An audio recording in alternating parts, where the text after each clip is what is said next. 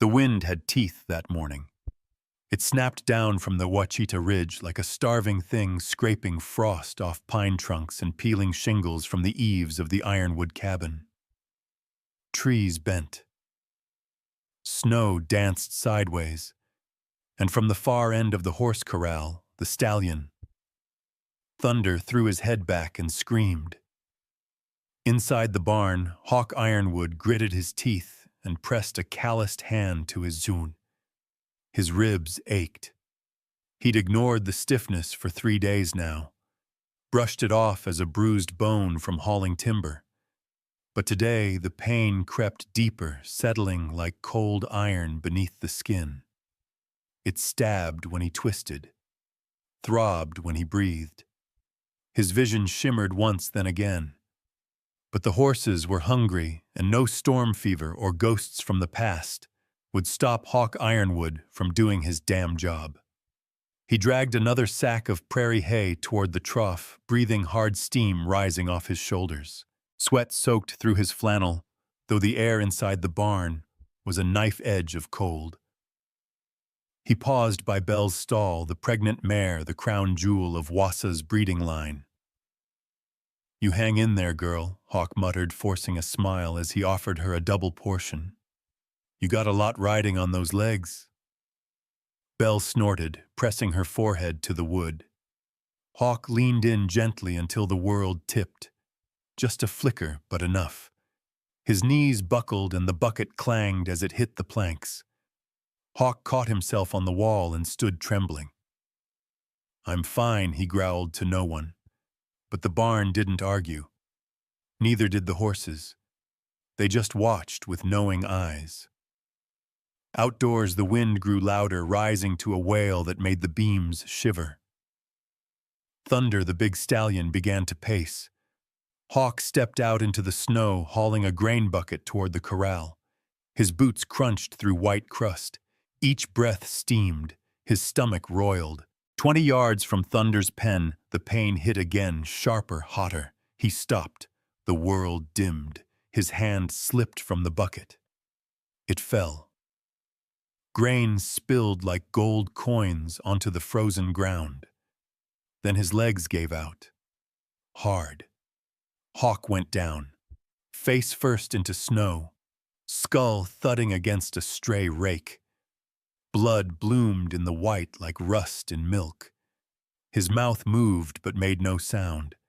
His eyes fluttered unfocused. The wind keened.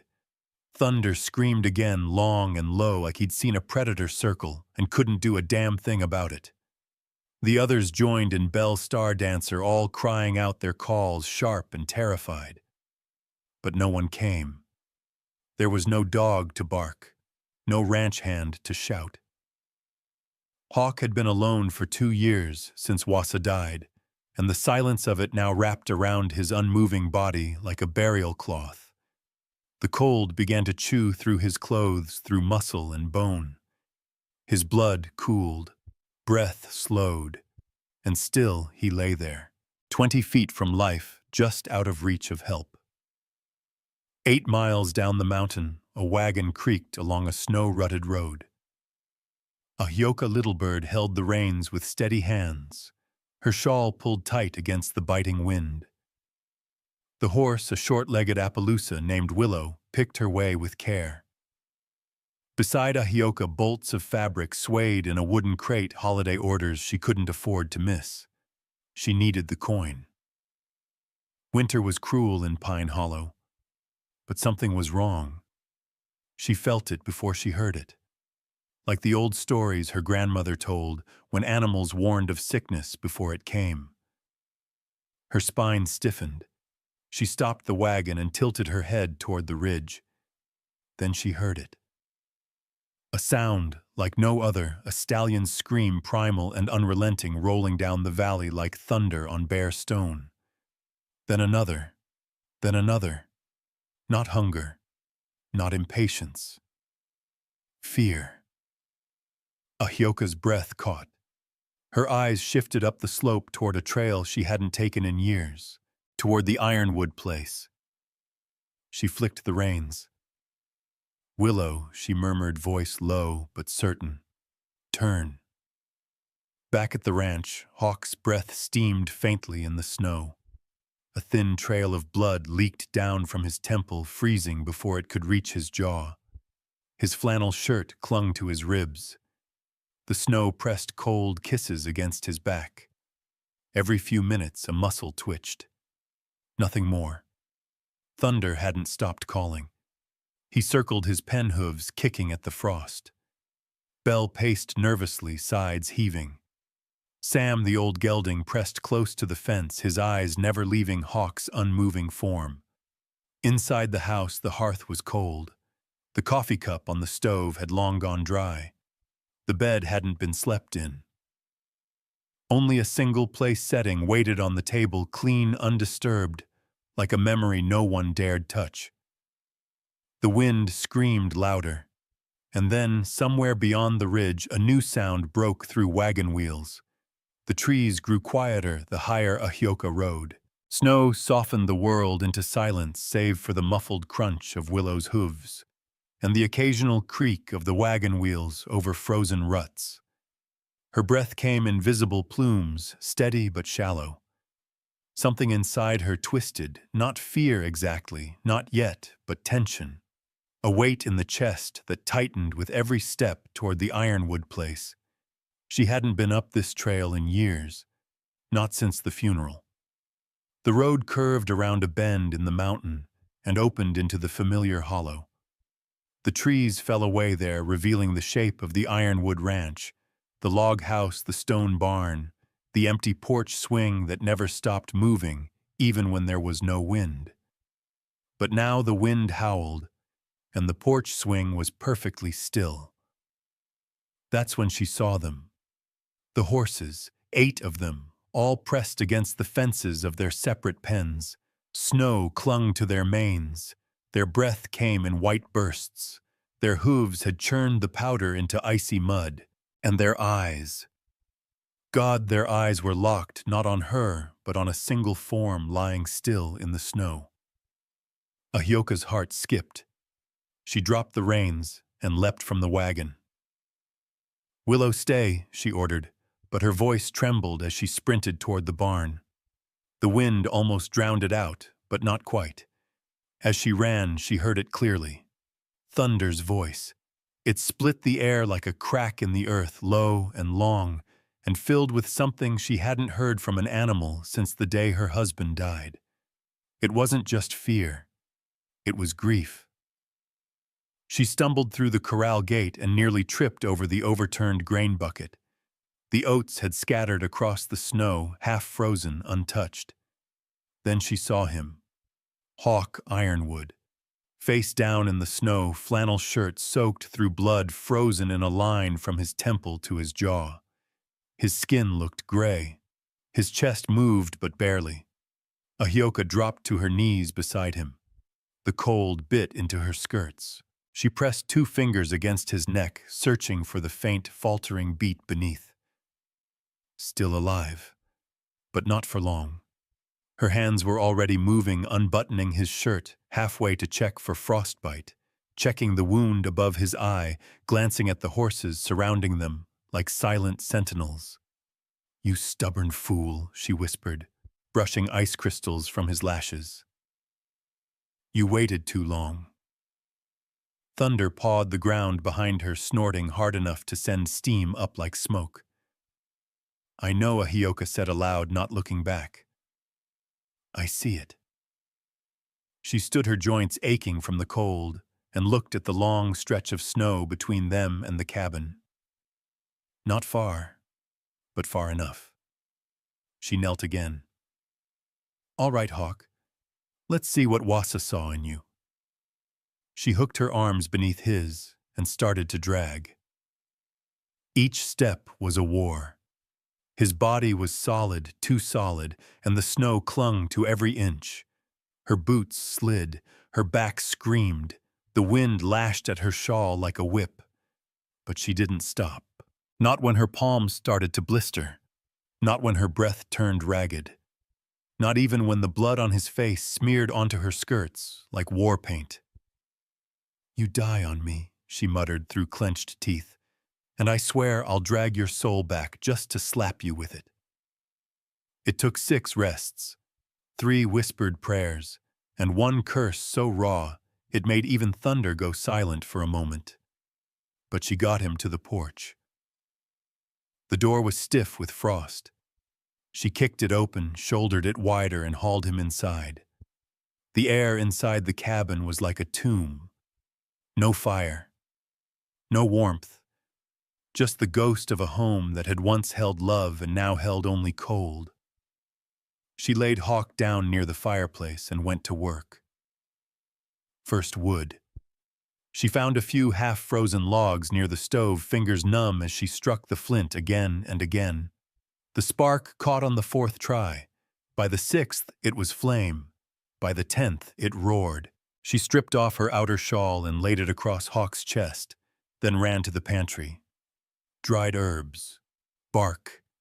She crushed them fast, willow for the fever, elder for the blood, a splash of water from the barrel by the wall.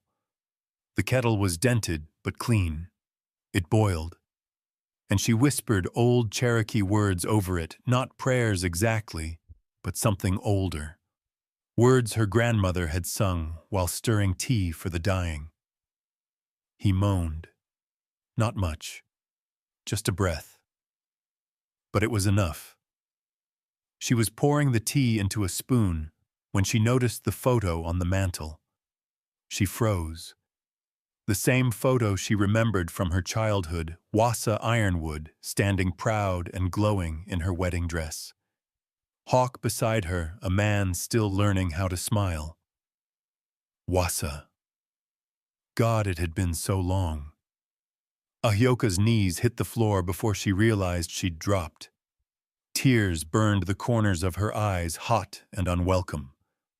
"Why him?" she whispered. "Why now?" Her hand gripped the fabric of her skirt tight, anchoring her to the moment. "This ain't just about him, is it?" She looked back at Hawk, pale and broken on the rug, then out the window where Thunder still stood watching. And that's when it hit her. The memory.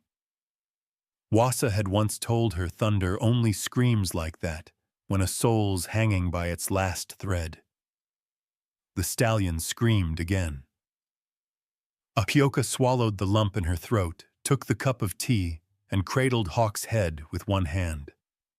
Slowly, gently, she poured a few drops between his lips. "Come on," she whispered. "Take it in. You've got horses counting on you." The fire cracked. He coughed. Not much, but enough to spill half the tea. Ahyoka exhaled hard, not quite smiling, but no longer drowning. Then she heard hooves again. Not thunder. Different rhythm.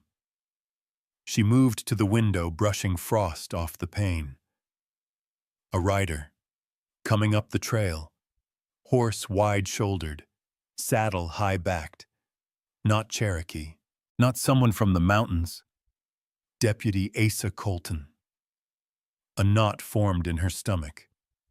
If he found her here with a half-naked, unconscious man in a cabin alone. She turned back to Hawk. "I just saved your life," she said aloud, brushing hair from his damp forehead. "But I might have just buried mine." She stood, straightened her spine, and pulled the door open just as Asa dismounted. He froze, then narrowed his eyes. "Ahyoka," he asked, incredulous.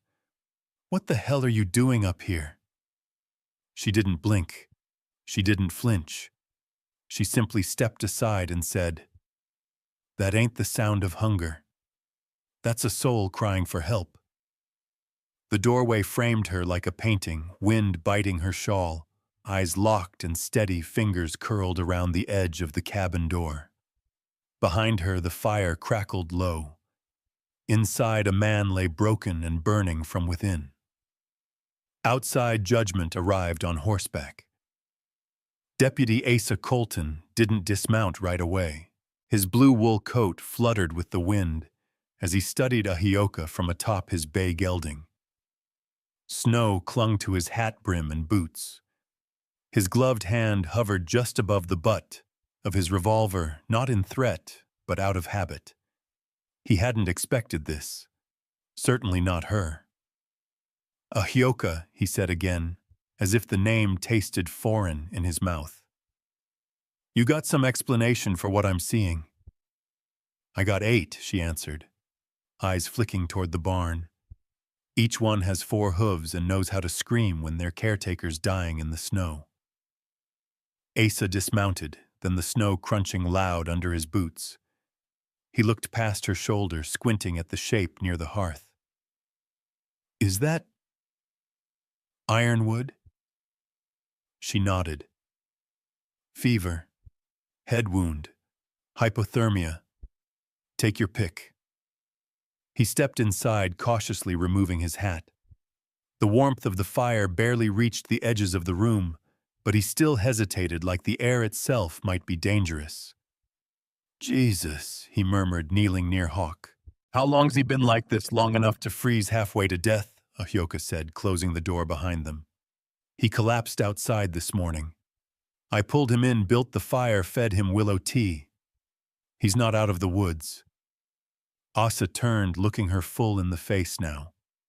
"I'm not doubting your care. I know what you can do with roots and fire, little bird. But you've got to know how this looks." "Oh, I know," she said. Her voice was steady, but her hands wouldn't stop moving, adjusting the shawl around Hawk's shoulders, checking the tea, stoking the fire. "A Cherokee widow in a white man's cabin. Him half naked. Her not his kin." Asa stood. "Folks in Pine Hollow get funny about those sorts of things. Funny's one word.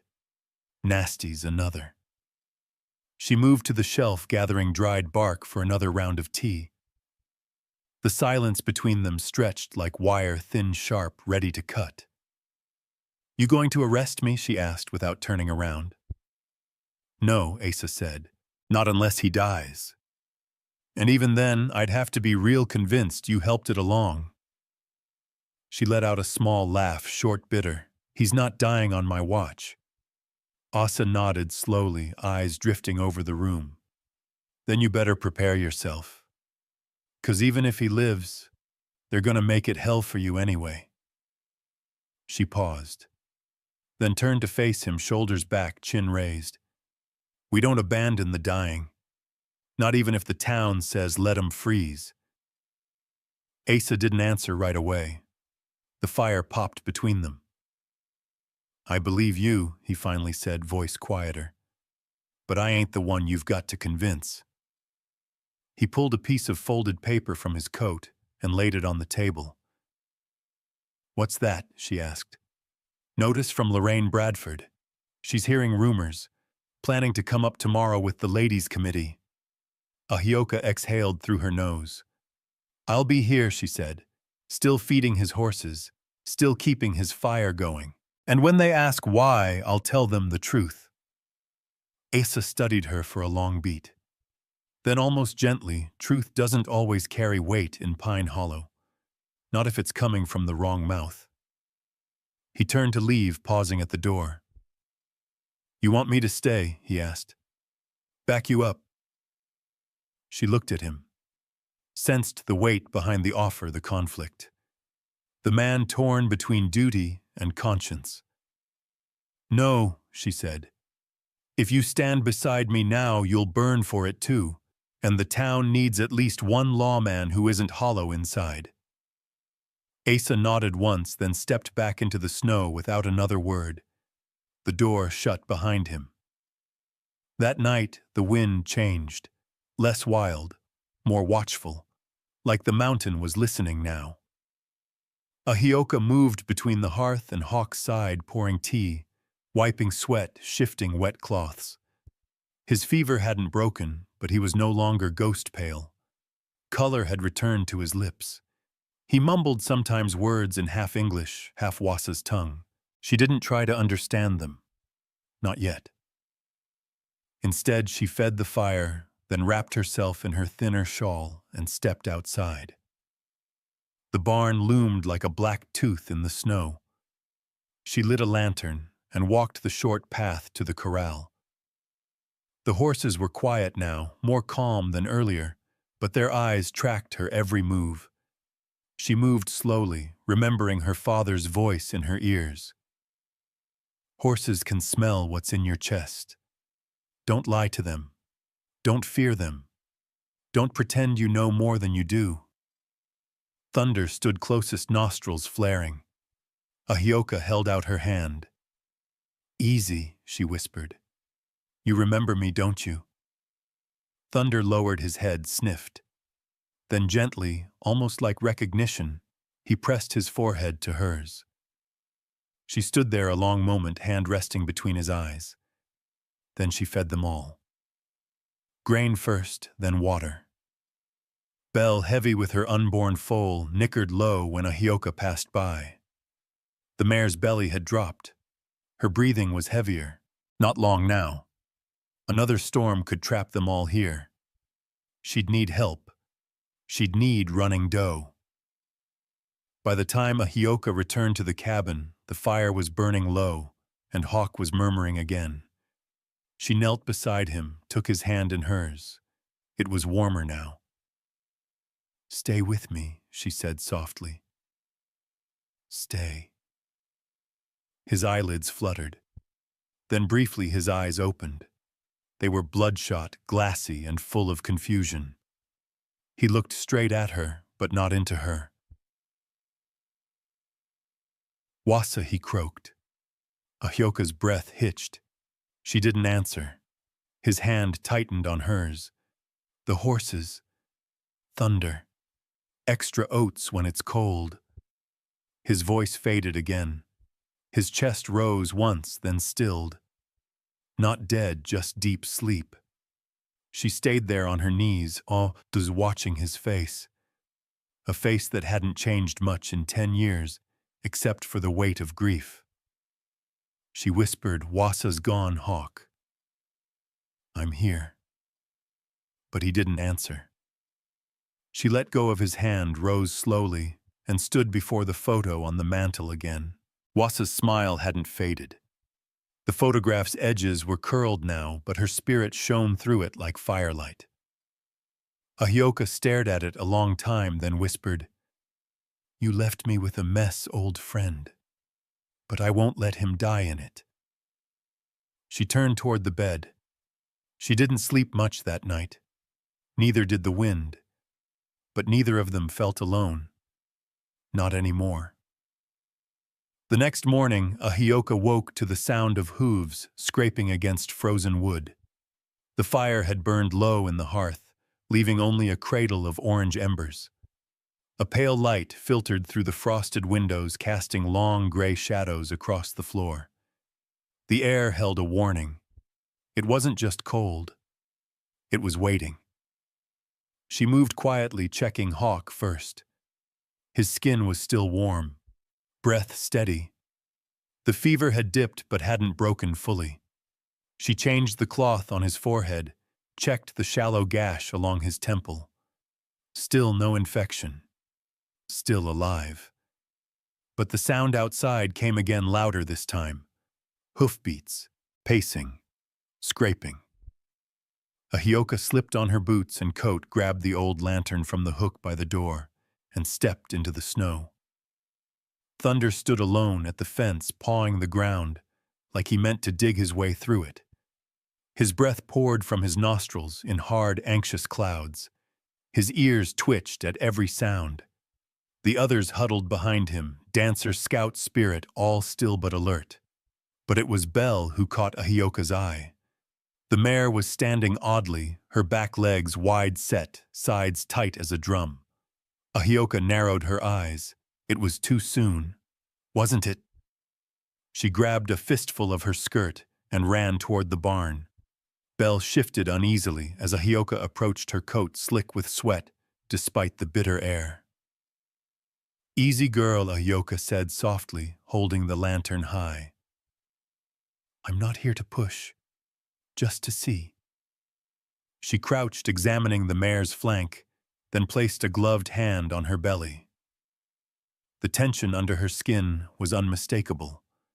Not a colic. This was labor. Early, but real. Belle grunted softly. Damn it, girl, Ahioka whispered. You picked a hell of a time.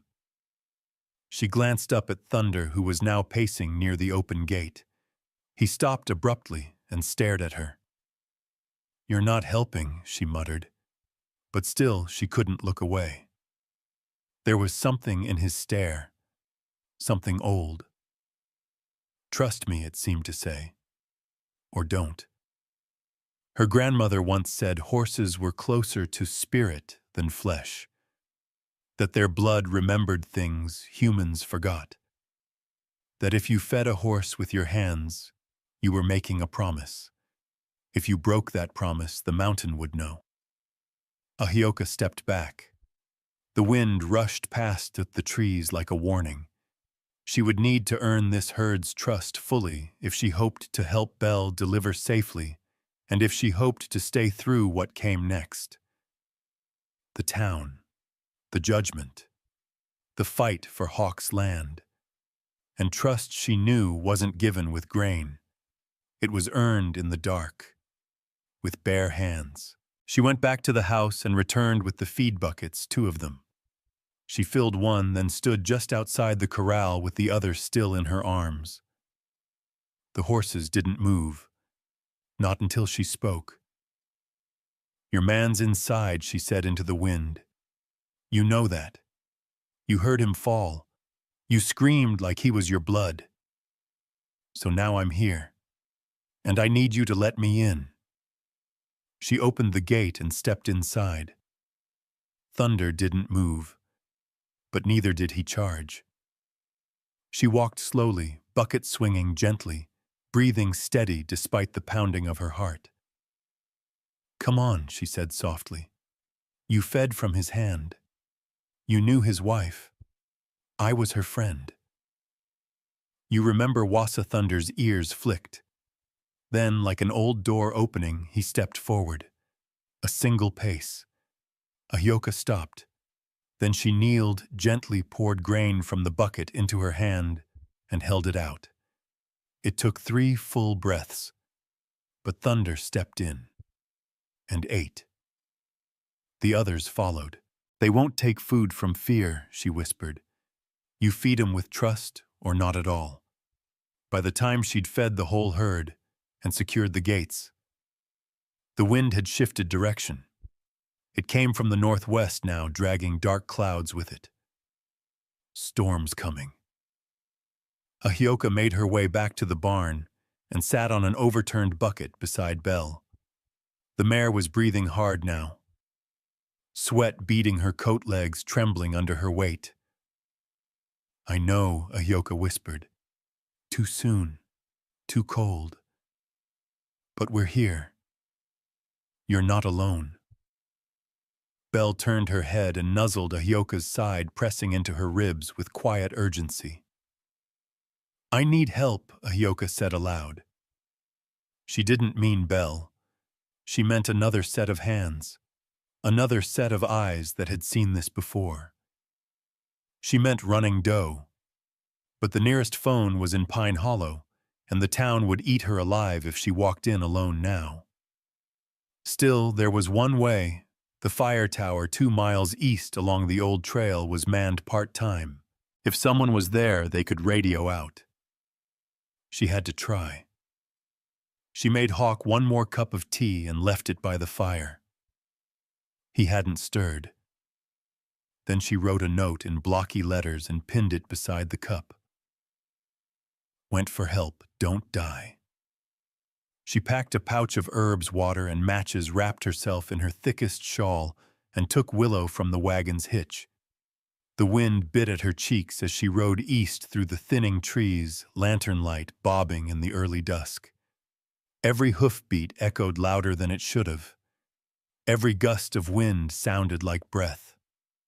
By the time she reached the tower, her fingers were stiff with cold and her lips had cracked. The lookout, a lean black man named Lewis, someone she'd bartered with before, stepped out as she rode up. Well, well, he said. What wind blows you in Little Bird Berth? She gasped. Horse? Early labor. Bell Ironwood. Lewis raised an eyebrow. You up at Hawk's place? She nodded. I need running dough. Tell her to come now. Bring everything. He stared at her a beat too long. Town's been talkin'. I know. You sure you want her walkin' into that buzzsaw? She won't be alone. He looked at her, then nodded. She'll come. You just make sure that fire stays lit. Ahioka turned Willow around and headed back through the snow, heart pounding. By the time she reached the ranch again, the sky was churning with heavy gray clouds ready to drop. Inside, Hawk stirred, murmured something. She knelt beside him, brushing damp hair from his brow. She's coming, she whispered. Help's coming. But deep down she knew what was really coming first. A night that might take everything, and a birth that might just save them all. The wind had shifted by dawn, but it hadn't calmed. It screamed down from the mountains in sharp bursts, dragging icy mist across the hollows. Snow clung in hard sheets to the trees, and the cabin's windows rattled like bones shaking in a can. Inside, the fire roared. Hawk stirred now and then, mumbling fragments of names and places, but he hadn't fully returned. Ahioka had sat by his side until just before first light, then slipped out to check on Belle. The mare had made it through the night. The foal, still slick and unsteady, was breathing. Alive. A dark blur of legs and willpower. Ahioka had helped guide it into the world with trembling hands and whispered prayers, her coat soaked through heart, caught in a space between exhaustion and awe. Now she stood in the barn's open doorway, lantern in hand, watching the sky change. That's when she heard it. Not a scream, not a horse. Hoofbeats, wagon wheels, voices. She squinted through the mist and snow as figures emerged from the trail like ghosts through smoke. At the front, Lorraine Bradford seated upright in a high-backed sleigh, bundled in a black fur cloak like a vulture wrapped in velvet. Her hair was pinned so tightly it could have cracked. Two other women flanked her, Martha Lear's and Clara Simmons' heads, turned upward noses in the air, like they smelled something burning. Behind them on horseback came Deputy Asa Colton, face unreadable beneath his hat. Ahioka let the barn door swing shut behind her and walked toward them. The wind did her no favors. Her coat was patched, her braids frayed. There was dried blood on her skirts. Belle's not Hawk's, but none of these women would care about the difference. They halted at the edge of the corral. Well, Lorraine said, her voice cut like an icicle snapping. I see the rumors were true. Ahioka stood her ground. Didn't know truth required rumors. Martha gasped, hand to her throat. Lorraine raised one perfectly sculpted brow. That tongue won't help you, Miss Littlebird, nor will your circumstances. This is indecency. Plain and simple. He was dying, Ahioka said. I saved his life. Clara scoffed. You slept in his cabin. I worked in his barn. I fed his horses. I boiled tea and cleaned wounds and kept his heart beating with firelight and prayer. Her voice didn't rise, but it didn't soften either. And not once did I dishonor myself or him. Lorraine's lips curled. You expect Pine Hollow to believe that a widow with a man in his bed? He hasn't seen that bed in days. And yet your hands are all over this land, Lorraine said, sweeping her arm toward the house, the barn, the very ridge. You've moved in, taken over. I've filled in, without permission. Ahioka stepped closer. From whom should I have asked you? Lorraine flushed. This isn't about me. It's about standards. Morality. Pine Hollow has its ways. A widow in a mountain man's bed. Lorraine sneered. Pine Hollow won't forgive that. Behind her, Asa dismounted and stepped forward. Mrs. Bradford, he said evenly, I believe you made your point. Lorraine turned sharply. Did I ask for your opinion? Deputy, no ma'am, Asa said, but you came with legal documents. That means I'm involved now. Lorraine pulled a paper from her cloak and handed it to him. Notice of moral violation, signed by the Ladies' Committee and the Township Board. This woman has sullied herself and this property. We intend to petition for immediate investigation and, if necessary, reassignment of guardianship over Broken Creek Ranch. Ahyoka blinked. Guardianship of what Lorraine turned back to her. You're not a wife. You're not a kin.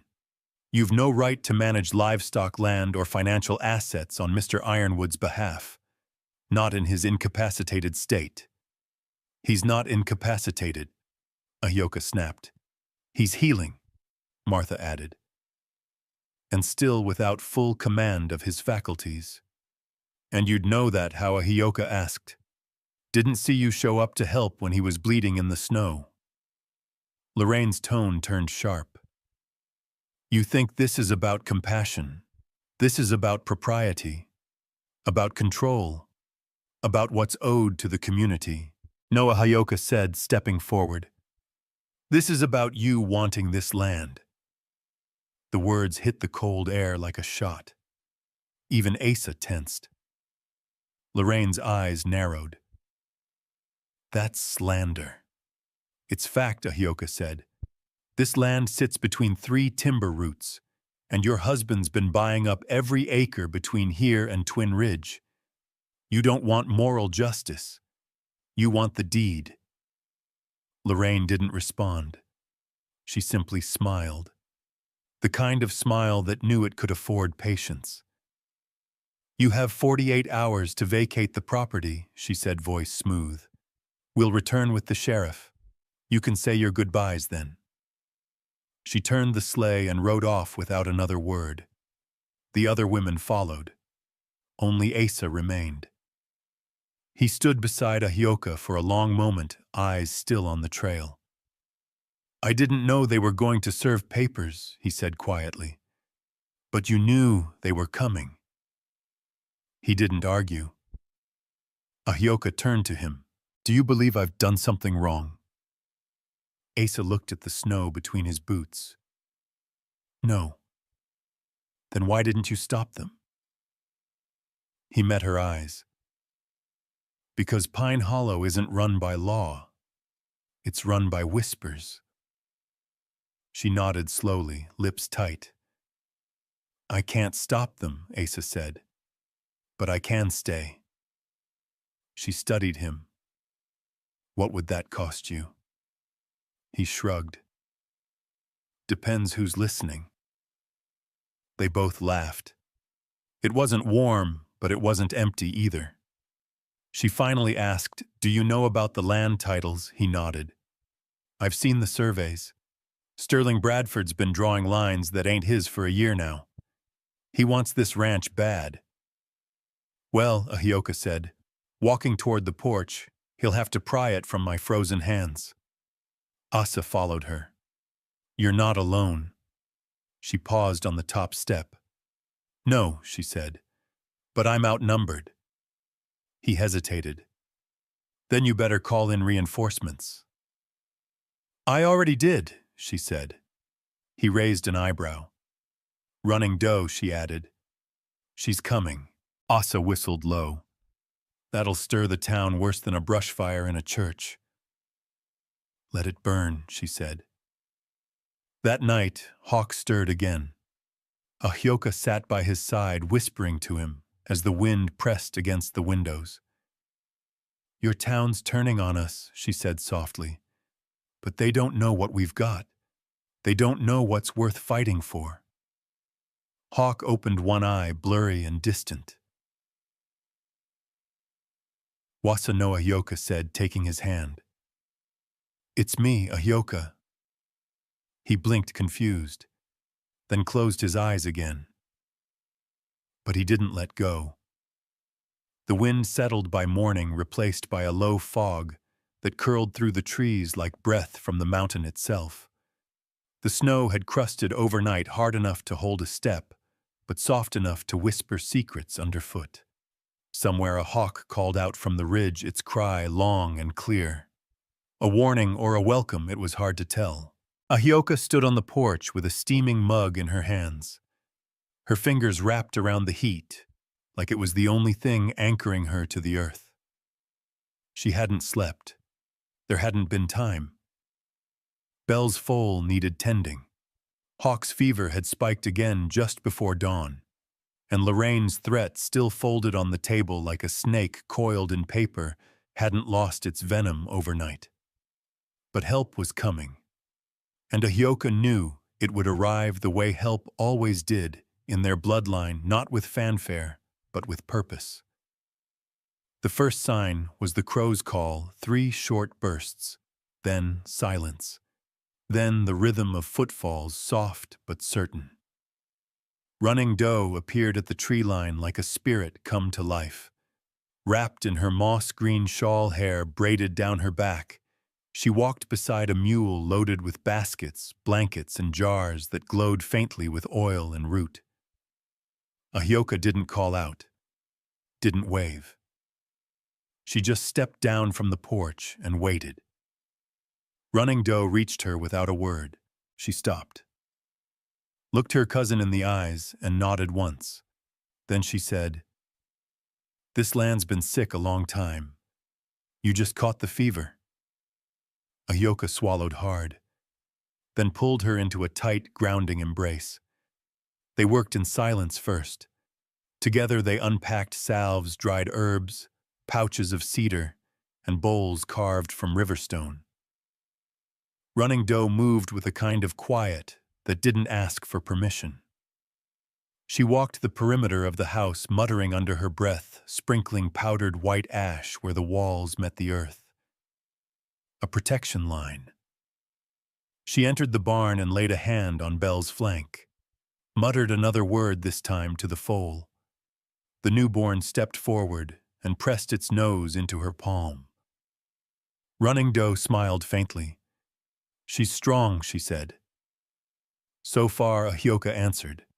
Inside the house, Hawk lay still but no longer gray. His breathing had deepened.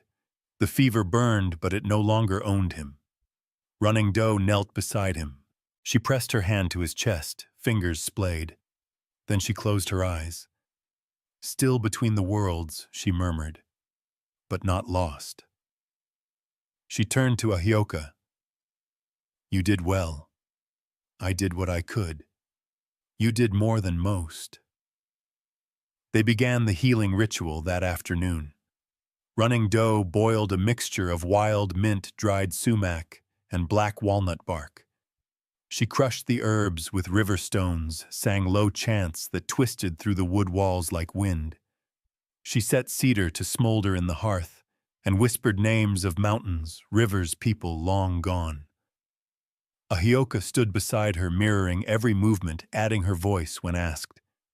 They weren't just treating a wound. They were reminding a soul how to stay tethered. Hawk stirred mid-ritual. He coughed, groaned low. Running Doe placed a hand on his forehead and said, "Welcome back, mountain man." His eyelids fluttered heavy but opened. He blinked slow, unfocused. "Then who?" Running Doe smiled. "One of Wasa's ghosts. Don't worry. We're the good kind." He groaned again, but it sounded closer to a chuckle. Ahioka leaned over. "You're safe. You're home." His eyes landed on her, and something cleared in them for just a breath. Then he was out again. "Give it a day," Running Doe said. His spirit still deciding if it wants to stay. That night the storm returned. Wind drove sleet sideways against the shutters. The fire crackled louder. Running Doe brewed another batch of medicine and lit a line of prayer candles on the windowsill. Then, over warm bread and dried berries, she finally asked, Why haven't you left? Ahioka didn't answer at first. She sat with her back against the hearth, staring into the coals. Then she said, "Because this land remembers Wasa. Because the horses cried for help. Because Hawk was dying. Because someone had to hold the line." Running Doe nodded slowly. "And when they come to push you off it," Ahioka's hand curled around her mug, "then they'll know what kind of stone they've kicked." Running Doe studied her cousin a moment longer. Then she unwrapped a bundle from her satchel, an old faded scarf. "Wasa's." Ahioka touched it with both hands gently. "She wanted you to have it." Running Doe said, "She told me that a week before she passed." Ahioka closed her eyes, the fabric clutched tight. Grief, sharp and fresh, slipped into the room like a forgotten guest. "She always saw things before they came," she whispered. "She saw this," Running Doe said. They sat in silence for a while. Then Running Doe said, "You'll need to speak to the land soon. Officially." "You mean a blessing, I mean a claim." Ahioka looked up. Running Doe continued, "If Hawk can't stand on his own in 2 days, they'll challenge your right to keep this place under township code. But if you perform a claim with him present witnessed by someone of standing, you might just hold them off." Ahioka frowned. "You think Asa would witness it? He's the law," Running Doe said. "And the law listens different when it's standing in a circle of fire and prayer." Ahioka laughed softly. "You're not wrong." Then softly she said, "But I'm scared." Running Doe nodded. "Of course you are." They didn't speak for a while. Then Running Doe leaned forward and said, "We don't just heal with roots. We heal by remembering who we are." Outside, the wind softened. Somewhere far off, a coyote howled once and was answered. Hawk woke just before dawn. Fully this time. His eyes were clear, tired, heavy with confusion, but aware. He saw Ahioka first, sitting cross-legged by the fire, arms tucked into her shawl. "You stayed," he rasped. She turned, startled, then smiled. "I said I would." He tried to sit, but winced. "Don't be stupid," she muttered, grabbing a pillow and easing him back. "You're not out of the woods." He looked around the room. "Where?" "Running Doe's in the barn," she said, checking the foal. Bell delivered early. His brows lifted faintly. "And you?" "I delivered the foal," she said. "Kept the fire going. Argued with Bradford's demons. And made you drink things you'll probably hate me for later." He gave a soft grunt. "I owe you." "No," she said. "You don't." Then gently, "But I'll need your help." He blinked at her. "To keep this place." She handed him Wasa's scarf. He stared at it for a long time, then clutched it to his chest. His voice cracked when he said, "She'd be proud of you." Ahioka looked away, eyes glassy. "I just did what she would have done." "No," he said. "You did more." The next morning broke in bronze and silence. The sky was painted in long strips of gold and burnt orange, like the mountain had exhaled after holding its breath all night. Snow still lay across the hollows, but its bite had softened. The land was no longer bracing for a storm, it was bracing for something else. Ahioka stood barefoot in the snow. She wore Wasa's scarf across her shoulders, and a band of red paint drawn straight down her chin, a marking of guardianship of voice. The circle had been drawn at dawn cedar ash, and crushed red clay encircling the hearth, the barn, and the front porch of Broken Creek Ranch. Inside that ring, only truth could be spoken. Outside it, power waited to be tested. Running Doe stood behind her, holding a smoldering branch of pine, the smoke curling upward in smooth lines. The horses had gathered quietly behind the corral fence, heads low, watching. Even the foal stayed still. And Hawk, he was standing. Barely. But he was upright, one hand braced on the porch rail, the other wrapped around his side. His face was pale beard untrimmed, but his eyes burned with a light Ahioka hadn't seen in him since before Wassa died. He looked at the circle, at her. Then he stepped into it. Ahioka began the prayer in her mother's tongue. Cherokee words older than the trees around them. Running Doe joined her, harmonizing in a low hum, almost like wind over stone. The ritual wasn't meant to be loud. It was meant to carry. When the final word fell, the silence that followed was sacred. Hawk took a breath that shook through his ribs. Then he said, voice hoarse, "This land was given to my wife's grandmother by her people, held through fire and sickness, through drought and greed. It fed us, buried us, and now it raises its voice again." He turned to Ahioka, then to the line of trees beyond the clearing. "If there's anyone listening, Pine Hollow State or stranger, hear this. We claim this land in the names of those who worked it, wept on it, bled for it. We claim it not with law, but with legacy." Running Doe stepped forward, scattered cedar leaves at his feet, then nodded. "It is done," she said. And just as she did, the sound of boots and wheels. They came like a procession of thunder. 6 riders, 1 wagon. Lorraine Bradford seated high again, her fur cloak darker than before.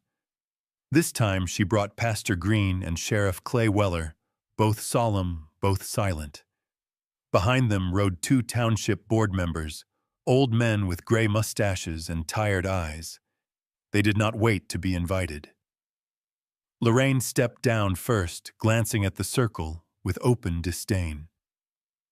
"So it's true. Witchcraft and performance. Right here on Ironwood land." Ahioka raised her chin. "No performance. This is legacy law." Sheriff Weller adjusted his belt, clearly uncomfortable. "That may be, but township code don't." "Township code," Lorraine cut in, "doesn't recognize ritual claims, but it recognizes living witnesses." Asa Colton said, emerging from behind the barn where he'd been waiting. He wore his badge, though it hung low on his vest, like he hadn't quite decided whether to shine it or throw it. Lorraine stiffened. "Deputy." Asa nodded politely. "Ma'am, I assume you're here to enforce the eviction." "No, ma'am. I'm here to witness a claim. Saw it myself. Ceremony was lawful, peaceful, and public." Lorraine's eyes narrowed. "That's not legally binding." Asa smiled. "Maybe not in your courtroom, but out here it carries weight." Pastor Green stepped forward, clearing his throat. "This land is in disarray, and so is its keeper." Hawk braced himself. "Its keeper's standing." "That's more than most expected." The old pastor faltered for a breath, surprised. Ahioka didn't move. "You came to bury us in paper and judgment, but the land's already spoken." Lorraine laughed short and sharp. "And what does dirt know about deeds?" Running Doe answered. "More than you think." The silence that followed was long enough for wind to pass through again, making the horses shift and stamp in the background. Then Lorraine took a final step forward, holding up a sealed envelope. "This is an official petition for reassignment of property, filed by Bradford Timber and supported by the Ladies' Committee. If the township approves it, you'll have 30 days to vacate." Ahioka took the envelope without flinching. "Good," she said. Lorraine's smugness faltered. "Good, because now we get to fight you in the open." She turned to Asa. You saw the ritual. You saw him stand. You saw witnesses. He nodded. I did. And you'll testify if it comes to that, yeah. Lorraine looked to Pastor Green, then to Sheriff Weller. Neither man moved. The old sheriff finally muttered, might be worth letting the court sort this one. Lorraine seethed, but she backed away. Be careful what fires you light out here, she hissed. They have a way of burning backward. As she turned to leave, Ahyoka called out, You brought a storm, but we're not the ones trembling. That stopped Lorraine cold. She didn't look back. But everyone heard her voice as she muttered, You'll regret this. When they were gone, Hawk collapsed onto the porch bench with a groan. Ahyoka rushed to his side, steadying him.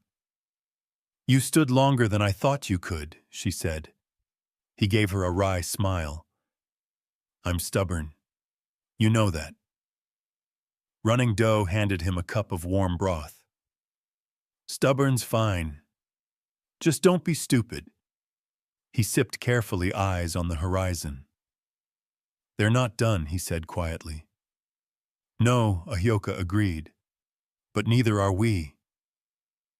That night they sat by the fire, the three of them. The foal slept curled in the barn. The horses were calm, and the wind had finally stopped screaming. Ahyoka held Wasa's scarf in her lap. She looked at Hawk. You still think she's here? He didn't answer for a while. Then he said, She's everywhere. Running Doe stood, stepped outside, and scattered the last of the cedar ash into the wind. A signal. A promise. It began with silence, not the peace-filled kind, but the thick, heavy quiet that settles just before things begin to break. Ahyoka noticed it first, not in the air, but in Hawk. 3 days had passed since the land claim, since he stood inside the circle, and though his body gained strength, his spirit seemed to lose it in equal measure. He walked the porch now with slow, dragging steps, his shoulders slightly hunched. He fed the horses, checked the fencing, but spoke less each day. Even with Running Doe's warm stews and Ahyoka's gentle questions, his words were short. Sparse. He hadn't returned to the old shed behind the barn, and he hadn't looked once at Wasa's photo. Ahyoka waited for him to come around, but by the 5th day she stopped waiting and started watching. She found him near dusk, down by the creek that split the northern edge of the property. The water was half frozen, slow-moving under a skin of ice. Hawk sat on a large flat stone coat, unbuttoned hands bare in the cold. He wasn't shivering. He wasn't blinking. She walked up quietly and sat beside him. For a long while, neither said anything. Then he spoke, voice flat. I buried him right over there. She turned to look. Beyond the tree line was a grove of cottonwoods. Thin, tall, silent. A small wooden cross leaned at the base of one. She knew what he meant without asking. Elias, she said gently. Hawk nodded. My boy. Ahyoka exhaled her breath, a soft cloud in the air. You never told me how he died. I didn't want to say it out loud. Like maybe that would keep it from being true. He paused, staring at the ice-glossed stream. He was 10, Wasa was already sick, real sick. I was trying to keep it together. Ranch was falling apart, bills piling. I needed to ride into town for medicine and tools. Told him not to go near the horses. His voice cracked there. But thunder got out, spooked by a storm rolling down early. Elias, he went to help. Rope slipped. He got dragged 20 yards before I even saw him. Ahyoka closed her eyes.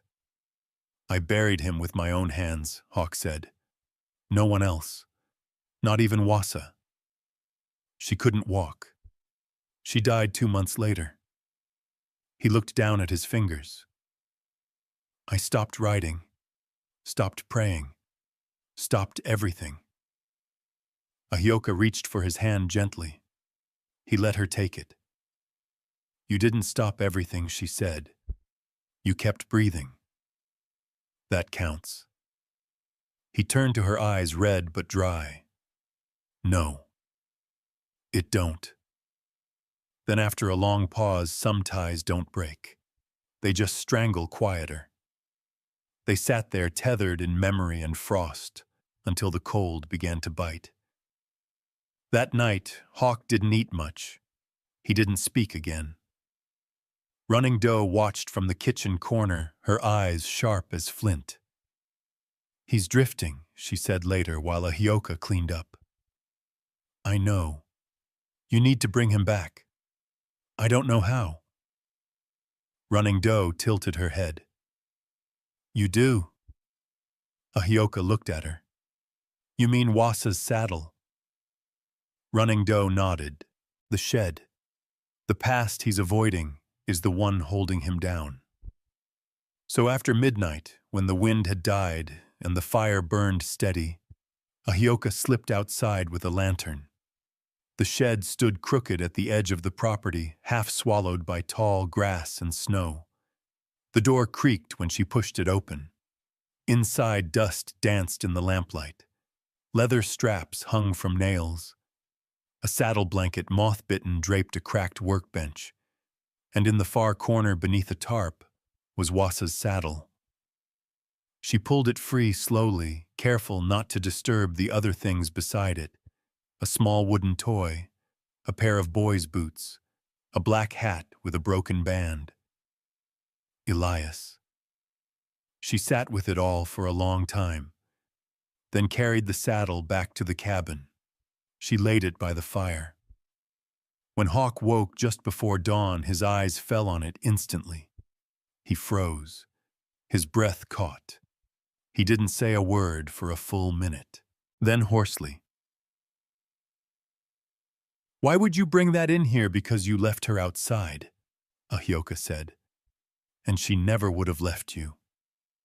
He tried to sit up, but the pain took him. He fell back, grimacing. She sat beside him, calm but firm.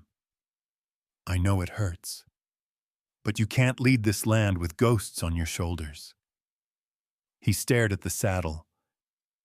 I used to think it was her that kept the ranch together, he whispered. But now, I think it was the way she never let go. Of anything. Me. The land. The boy. Then don't let go either. He looked at her. She reached down and took his hand. This place won't survive on pain and silence. It needs voice. Action. Someone who still believes there's something worth fighting for. Hawk closed his eyes, leaned back. For the first time in days, he didn't flinch from her touch. That afternoon, word reached the ranch via Asa. He rode up with mud on his boots and worry on his face. They're calling a township vote, he said. In 3 days. Bradford's pushing for full reassignment of the property. She's claiming dereliction of duties, improper care, and now witchcraft. Running Doe snorted. They'll throw anything they can. Hawk stood near the window, arms crossed. He turned slowly. And if the vote passes, Asa shrugged. They'll evict you within the week. Could be state-level litigation after that. Ahioka looked to Hawk. His face was unreadable, but his hands were clenched. What do we do? She asked. He didn't hesitate. We ride into town. Running Doe raised a brow. You sure? He nodded once. We ride in, he repeated. Let them look me in the eye. Let them see I'm not buried yet. Ahioka exhaled. Asa smiled faintly. You'll need more than a speech. I've got more than a speech, Hawk said. He turned to Ahioka. I've got truth, and I've got her. That night, under a sky thick with stars, Ahioka walked the line of the corral. Thunder approached her slowly. She rested her head against his. "They'll try to tear it all down," she whispered. "But they don't know how strong grief can build something back." The horse nickered quietly. She smiled. Behind her, the cabin glowed like a lantern against the dark. Inside, Hawk was writing. Not a will, but a statement. For the town. For the vote. For the future. They rode in just past noon. The snow had melted into slush along the edge of Pine Hollow's narrow main street. Wagon ruts ran deep horseshoes clattered over half-frozen mud, and the sky hung low and pewter gray, as if waiting for the town's judgment to fall like a hammer. Ahioka sat tall in the saddle, Wasa's scarf wrapped tight around her throat. Beside her, Hawk rode slow but proud, jaw clenched, each breath measured and painful, but still he rode. Behind them came Running Doe on foot, her green shawl fluttering behind her like smoke. The town square was packed. Folks from every corner of Pine Hollow lined the street outside the township hall, farmers, widows, ranch hands, storekeepers. Some came to watch the spectacle. Some came to support. Others came to see a legacy die. As they dismounted, Asa met them at the doors. "You ready?" he asked. No, Hawk grunted. "But we're here." Inside, the hall buzzed with murmurs. The walls were wood-planked and old, bearing the scars of generations. A fire burned at the back, but it didn't warm much. At the front stood a long table where the township board sat 3 men and 2 women, all older, all rigid in posture. Lorraine Bradford stood to the side, dressed in her finest deep plum velvet, and a hat that could block the sun. At her elbow was Pastor Green, jaw set in moral disapproval, and beside him Sterling Bradford, calm and unreadable. Ahioka's boots echoed across the floor as she entered. She felt the stares. She felt the weight of every whisper she couldn't hear. They were ushered to the center. Sheriff Weller cleared his throat and tapped his gavel once. "This hearing is called to order." The chairwoman, a tall woman named Ruth Elkins, spoke next. "We're here to address the challenge filed by Mrs. Bradford regarding Broken Creek Ranch and the stewardship therein. We'll hear first from the petitioner." Lorraine stepped forward, voice syrupy and sharp. "For weeks now, this property has been under the control of an unqualified party. A woman of questionable history, no blood tie, no legal standing. This land has fallen into disrepair, its animals endangered, and its reputation soiled by pagan ceremonies and public defiance." There were a few gasps from the crowd. She didn't stop. "I ask not out of malice, but out of duty. Pine Hollow deserves better. Broken Creek Ranch deserves better." She stepped back with a nod. The chairwoman turned to Hawk. "Mr. Ironwood, do you have a statement?" He stood slowly. His legs shook. Ahioka stepped closer, ready to catch him if needed. But he stayed upright. "My name is Hawk Ironwood," he began. "I've lived on that land since I was 17. Married Wasa when I was 20. Raised our son there. Buried both of them there. Silence. Not stillness. Silence." He scanned the room. "You say the ranch fell into disrepair," he said. "But you didn't come when my wife was dying. You didn't come when my boy got dragged under a frightened horse. You didn't come when I lay half dead in the snow." He looked to Lorraine. "But she did." He turned toward Ahioka. "She fed the horses, delivered a foal, kept the fire lit through nights that should have killed me. She didn't just keep the ranch alive, she brought it back."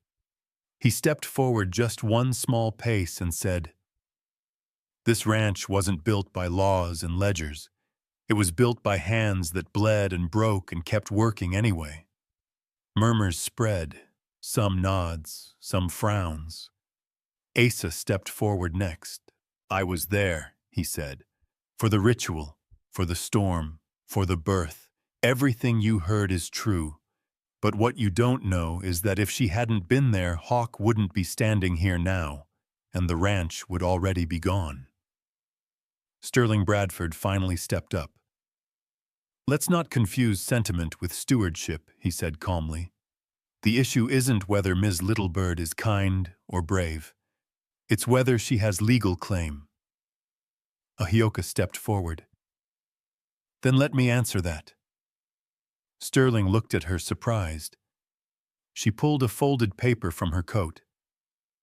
This is a signed statement from Hawk Ironwood, declaring me temporary steward of Broken Creek until his recovery. Under State Code 14130B, that's legal until formally contested. This ranch is not abandoned. It's protected. Sterling laughed softly. A loophole. A law she corrected. The chairwoman took the document and reviewed it with the board. As murmurs grew louder, Pastor Green suddenly raised his hand. I have a question, he said. For Ms. Littlebird. She turned to him. Do you believe in the God of this town? The air thickened. She took one breath. Two. Then said, I believe in the land. I believe in mercy. I believe in justice. Not what I asked, he replied. No, she said, but it's what matters. That answer sent a wave through the crowd. Some frowned, but others, older women, wrinkled ranchers, nodded. The chairwoman cleared her throat. We've heard enough, she said. The board will deliberate for 10 minutes. The tension broke like a snapped wire. Outside the hall, Ahioka stood with Hawk by the edge of the wooden porch. The wind had picked up again. The town buzzed behind them like a hive ready to sting. You okay? She asked. He nodded slowly. I said what I had to say. She squeezed his hand. Inside, the gavel banged once. Decisions in Asa said, appearing behind them. They re-entered the hall together. Chairwoman Elkins stood. By majority vote, the petition for reassignment is denied. The room erupted. Lorraine gasped. Sterling went rigid. Pastor Green sat back, jaw tight. But Asa grinned. And Ahioka. She didn't smile. She exhaled. Just once. Hawk closed his eyes. Running Doe whispered a short prayer under her breath. Outside the hall, people began clapping. Just a few. Then more. Then louder. When they stepped back into the street, the town wasn't quiet anymore. And not all of it was against them. That night back at the ranch, Ahioka stood at the barn door watching the horses sleep under a moonlit sky. Hawk joined her. You think it's really over? He asked. She shook her head. No, but the land hurt us today. He nodded, then whispered, let's see who listens tomorrow. The smell of smoke came at dawn, not from the hearth, not from breakfast. This smoke was sharp biting and bitter like something sacred turning to ash. Ahioka woke with a start. She sat up, heart already pounding, and rushed to the front door barefoot. Hawk was behind her within seconds, pulling on his coat as he limped toward the porch. The wind had shifted again, blowing from the east. Thick gray plumes twisted up from beyond the barn. The grain shed. No, Hawk muttered. No, no. They bolted. By the time they reached it, the roof was already ablaze. Flames licked along the rafters, hungry and fast. The dry timbers fed the fire like old grudges, and the heat came so fast it drove them back before they even reached the door. Bucket Line, Hawk shouted. Running Doe appeared from the far corral with 2 pails already sloshing. Ahioka grabbed one, sprinted to the well, pumped frantically, and ran back. But it was no use. Not against this fire. Not this fast. The grain winter stores for the horses and the small trading surplus was gone within minutes. The roof collapsed with a roar. Sparks rained down over the snow. They stood helpless, coughing, and wide-eyed as the fire finished what it came to do. When the last beam fell, Ahioka dropped to her knees. Hawk stood frozen, face hard and unreadable. Running Doe stepped forward, hands trembling. They did this. Ahioka didn't need to ask who. It wasn't just revenge. It was strategy. Destroy the grain, and they wouldn't make it through the winter. Force them to sell. Force them to depend. The fire wasn't just punishment, it was pressure. She stood slowly. They'll say it was an accident. Hawk stared at the blackened frame. No witnesses. No proof. Just ash. But Ahioka's jaw was set. Then we find proof. Later that morning, Asa arrived after catching the smoke from town. He took one look at the charred ruin and cursed under his breath. "Damn it," he muttered. "I warned Weller something was coming." He shrugged it off. "You think it was Bradford?" Hawk asked. Asa nodded. "Or someone working for him." "Sterling doesn't light fires himself," Ahioka said. "He hires people with wet matches and dry morals. They searched for tracks, signs, anything. But whoever had done it knew how to cover their trail." Snow had been kicked over footprints, embers tamped down beyond the shed's edge. Professional Asa muttered. "Somebody good." Ahioka's hand clenched. "Somebody who's done this before." That afternoon, while the ranch smoldered, Hawk sat inside staring at the ledger. He flipped through each page slowly. Feed counts. Projected losses. Every number was a warning now. He stood up and limped to the cabinet, pulled down a lockbox. Inside 3 documents, 1 rusted revolver and a small envelope with Wass's name on it. He stared at the envelope a long time. Didn't open it. Just set it aside. Then he picked up the revolver. "Ahioka," he called. She came in, wiping her hands on her skirt. "We're going to lose the ranch." She stared at him. "Not yet. We don't have enough feed left to keep the horses alive till March, and Bradford knows it. We can find a way." He held up the revolver. "There's a different kind of way." Her eyes hardened. "No. You said it yourself. This land doesn't run on numbers. It runs on blood. And Bradford understands only one kind of language."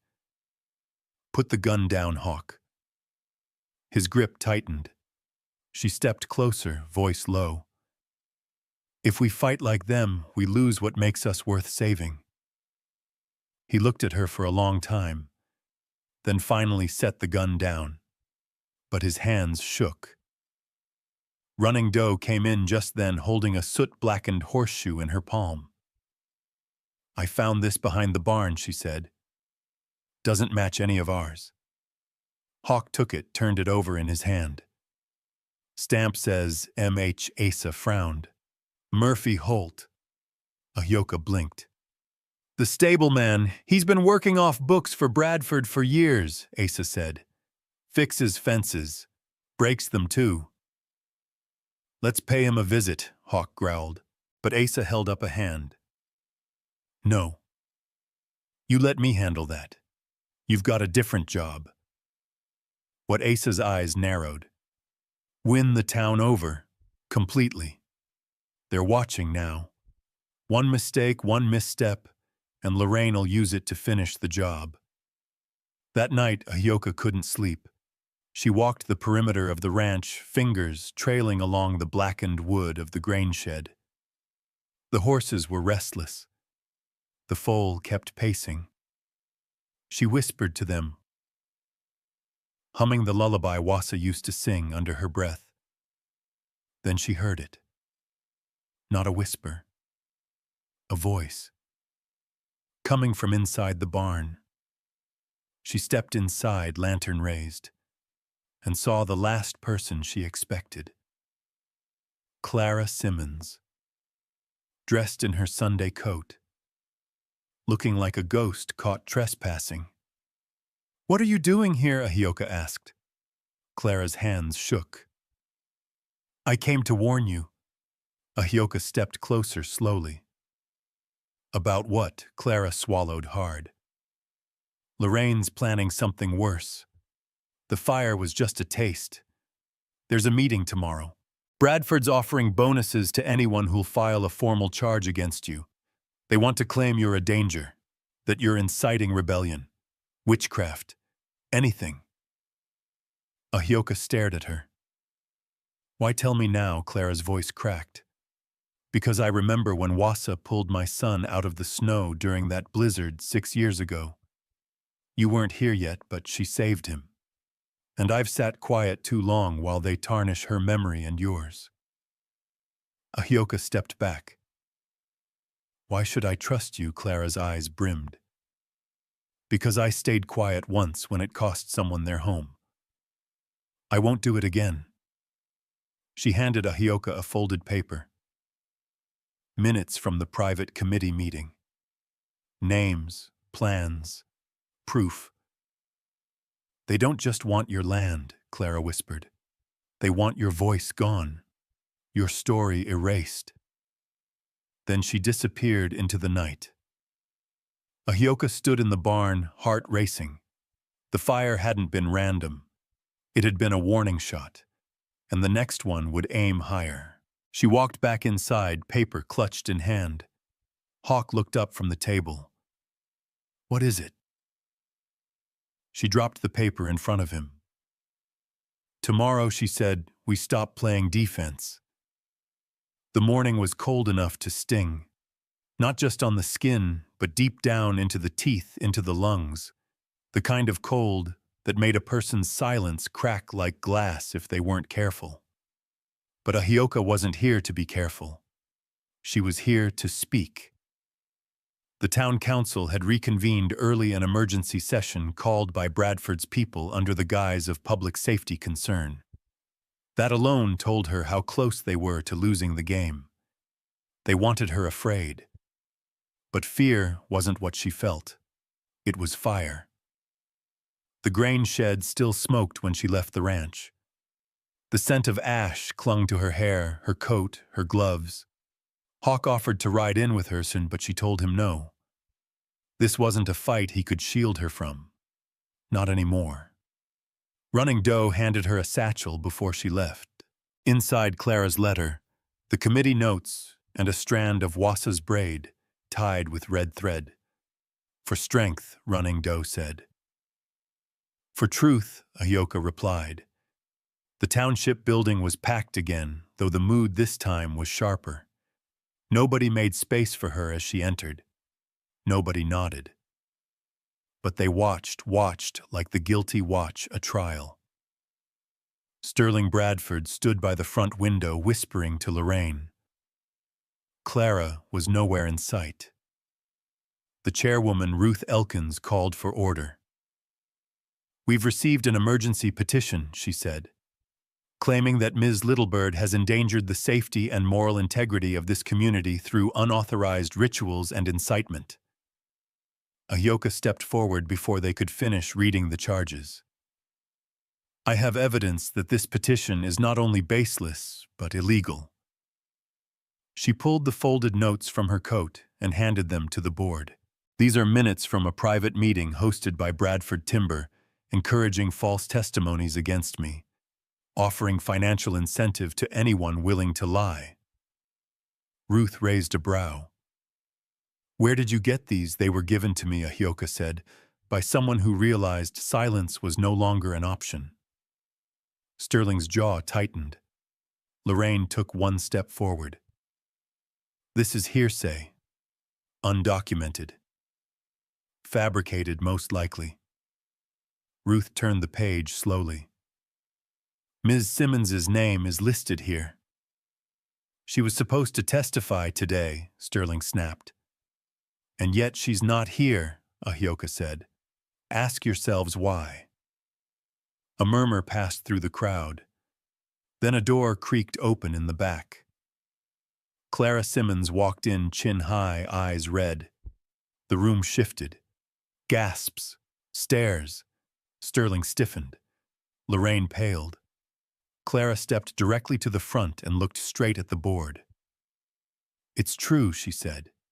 Every word of it. Ms. Simmons Lorraine hissed. You signed a non-disclosure. I signed it out of fear, Clara interrupted. Not justice. And I'm done being afraid. She turned to Ahioka. She saved the ranch. She saved him. And if you all vote to destroy what they've rebuilt, then you're burning down more than grain. You're burning down your own damn integrity. Gasps again. Someone clapped once in the back. Then twice. And then the room quieted as Ruth raised her gavel. We need to recess for 10 minutes, she said, her voice tight, to review this material. As they exited into the hallway, Ahioka leaned against the railing, steadying herself. Sterling appeared beside her like a shadow. You think you've won something, he said quietly. You think this town's on your side because one housewife cracked, Ahioka said. But I think your fire burned the wrong thing. He stepped closer, voice low and dangerous. You're not a hero. You're a squatter in someone else's legacy. She turned toward him, eyes steady. No, she said. I'm the echo of every woman who bled into this land and never asked for a monument. I'm the hands that held up the walls when your kind came knocking. I'm the voice that outlived your smoke. Then slowly, firmly, you can't erase a story once it's been spoken aloud. He didn't speak again. Inside, the board returned after 15 minutes. Ruth stood. In light of new evidence and sworn testimony, the emergency petition is dismissed. A wave of relief moved through the room. Sterling's face went blank. Lorraine turned and walked out without a word. Asa stepped forward and nodded to Ahioka. You stood taller than most men would have. She exhaled and finally, for the first time, let her shoulders drop. But the moment was cut short when a deputy entered the room. He whispered something in Asa's ear. Asa's eyes widened. He turned to Ahioka. You need to come with me. Now. They rode fast, cutting back toward Broken Creek. And when they rounded the ridge, the sight waiting for them stole her breath. The horses, every last one, were loose. The corral gate had been unlatched. The troughs overturned. The foal was gone. Hawk was on his knees in the mud, shouting names, blood on his sleeve. Running Doe stood in the barn doorway, arms raised in prayer. What happened? Ahioka cried out, jumping from her horse. They took her, Hawk said, voice ragged. The foal. They took her. Ahioka dropped beside him. Who? He looked up, eyes blazing. Murphy Holt. Asa swore. I just saw him in town. He was riding south. Ahioka stood, rage boiling. They're not just fighting dirty now, she said. They're aiming to break us piece by piece. Running Doe stepped forward. We'll need more than laws now, she said. Ahioka turned to Hawk. Can you ride? He nodded, jaw tight. She gripped his hand.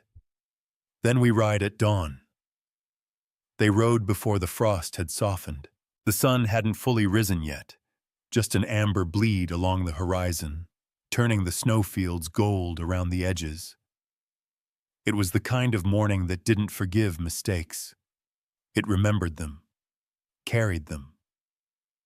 Hawk leaned forward in the saddle, his jaw-tight shoulders squared. The pain in his ribs was no longer weakness. It was fuel. Ahyoka rode just ahead of him, Wasa's scarf wound around her throat like a shield. Behind them, Asa and two ranchers who'd chosen to stand with them followed fast. They tracked Murphy Holt south along the river bend. He hadn't been subtle. Hoofprints were deep and erratic, spaced too far apart. He was riding hard. Maybe out of guilt. Maybe just fear. Either way, it meant he was close to the edge of the land of his plan. The foal's prince staggered alongside. Smaller, lighter, but terrified. "She won't hold much longer," Hawk muttered. "She doesn't have to," Ahyoka said. "We're gaining." By the time they reached the river crossing, smoke curled just above the canyon brush. A small fire. Murphy Holt stood beside it, pacing. The foal was tied to a juniper post nearby, trembling. No other horses. No Bradford. Just him. Ahyoka dismounted without hesitation. Murphy turned, startled, his hand going to the rifle slung over his back. But it was too late. Asa already had his own drawn. "Don't," he warned. Murphy froze, breathing hard. "She was never gonna be hurt," he said quickly. "I just needed leverage. That's all." "You set fire to our grain," Hawk said, his voice like gravel. "You let the horses out. You stole the foal." Murphy backed up, palms out. "I was paid to scare you. That's all." Bradford promised a lot of men things he never intended to give," Ahyoka said. "That doesn't absolve you." "She's safe," Murphy insisted. "Take her." Ahyoka moved slowly to the foal, untied the rope, gently whispered to her as she calmed. "She's cold," she said. "And bruised." "She's alive," Murphy snapped. "That's more than I did to most." Asa moved closer, cuffing his wrists behind his back. "You'll get your day in court. But don't think Pine Hollow's gonna forget." They rode back slower. The foal nestled beside Ahyoka's horse, close and shaking. Murphy rode tied behind Asa. Hawk didn't speak. He didn't have to. When they reached Broken Creek Ranch, Running Doe was already outside. She took one look at the foal and went to work, salve warm, blanket fresh oats. No words. Just care. Just healing. That night, the fire inside the cabin burned high. Hawk sat with Ahyoka on the porch. The air had that sharp clarity that only comes after something ends clean quiet, like the land was exhaling with them. He handed her a folded letter. "What's this?" she asked. "Wasa wrote it before she passed," he said. "Said I'd know when to open it." Ahyoka hesitated, then opened it. The handwriting was rough but steady. "If you're reading this, it means something still lives. Maybe you. Maybe the land. Maybe just a stubborn little mare who wouldn't quit. But it means we made it. I never asked you to stay because I believed in fate. I asked because I believed in you. This land isn't sacred because it's old. It's sacred because it remembers. Every step, every wound, every kindness. Hold fast. The wind will change." Ahyoka folded the letter slowly. Her hands trembled. Hawk looked out over the fields. "She saved this place long before you did," he said. "No," Ahyoka replied. "She made space for someone to finish what she started." Spring came late that year. The ranch healed slowly. The foal grew strong again. Clara Simmons started hosting monthly town suppers, nothing political, just casseroles and conversation. Slowly, the community shifted. People who'd once whispered now waved. Folks stopped to help with fence posts, offered leftover seed. Bradford timber lost its grip. The board overturned Lorraine's land petition in full. Sterling left town. As for Murphy Holt, he got 5 years. Not for arson, but for theft, fraud, and obstruction.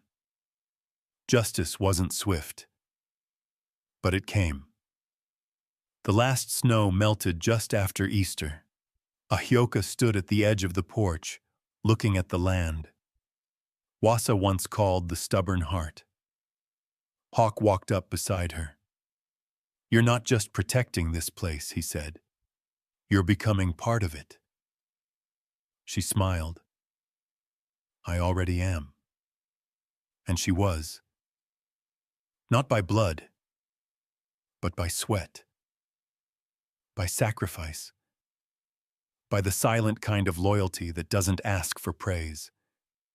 That summer they planted corn where the grain shed once stood. They built a new barn taller, warmer. The land began again. And in that quiet, persistent rhythm, something larger was spoken. Not with words, but with action, with memory. Ironwood wasn't just a ranch. It was a promise. That land could heal. That legacy didn't belong to the powerful, but to the brave. That voices once silenced could rise again, not through revenge, but through truth. That you can lose almost everything and still begin again. Because the land remembers. Because love endures. Because somewhere between fire and forgiveness, between storm and shelter, there will always be people who choose to stay even when it would be easier to leave.